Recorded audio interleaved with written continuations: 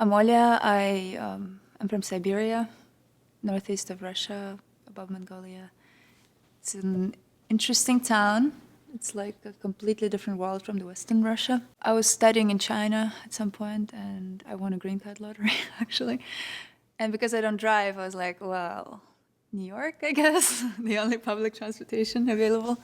So here I am. And yeah, I do modeling. Yeah.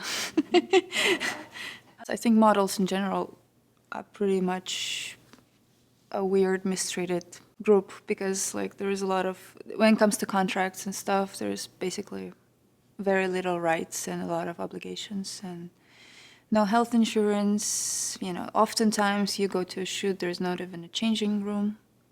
And, you know, you're not always comfortable showing your underwear or no underwear. And then there's a lot of sexual harassment. I've heard so many stories.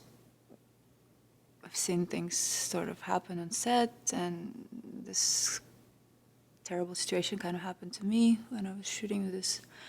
I was doing a test, pretty standard stuff, with this photographer. I was kind of into him until a certain point when I realized that he was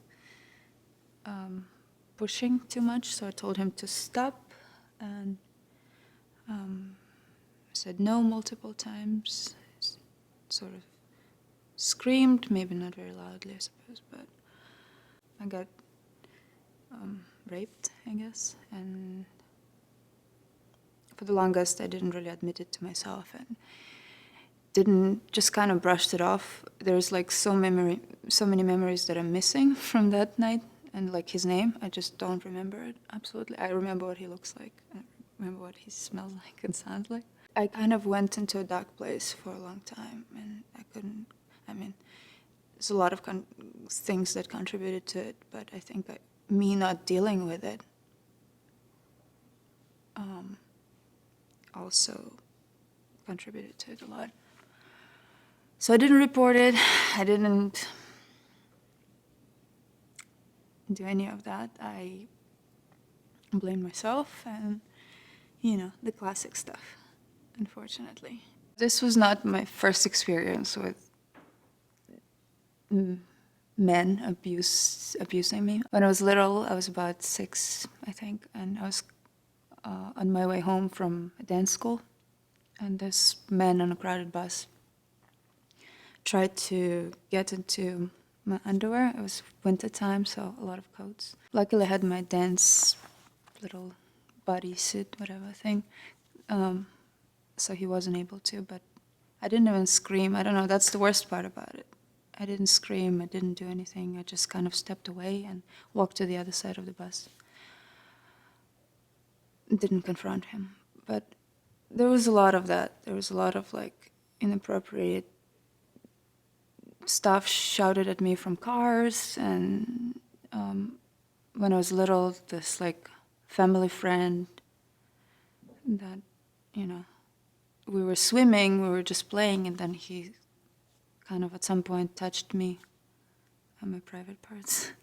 And like, I've had my leg touched by some people too, like adults, like not 30 and up. Like, yeah, just never really told my parents, unfortunately. There was definitely a lot of mental side effects, fear towards men. I'm still in therapy. You know, that's kind of the topic we left off with my therapist last time. Unfortunately, yeah, it just kind of pops in, uncontrollably so, when there is some kind of sharp movement. So like something like that that is not from people that I care about, from people that I love, that are not threatening me, but because they're male. Sometimes that's my reaction to it. And yeah, I was dealing with an eating disorder.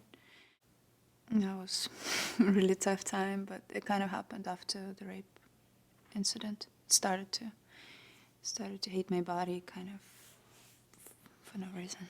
I would advise other women, if they ever, hopefully they never do, but if they ever find themselves in a situation like that, to not blame themselves, most importantly. because it's always the abuser, it's not the victim. To seek help if necessary, and probably necessary. Talk to somebody. Don't keep it to yourself. It's gonna come out one way or the other. And there's nothing fun about that either.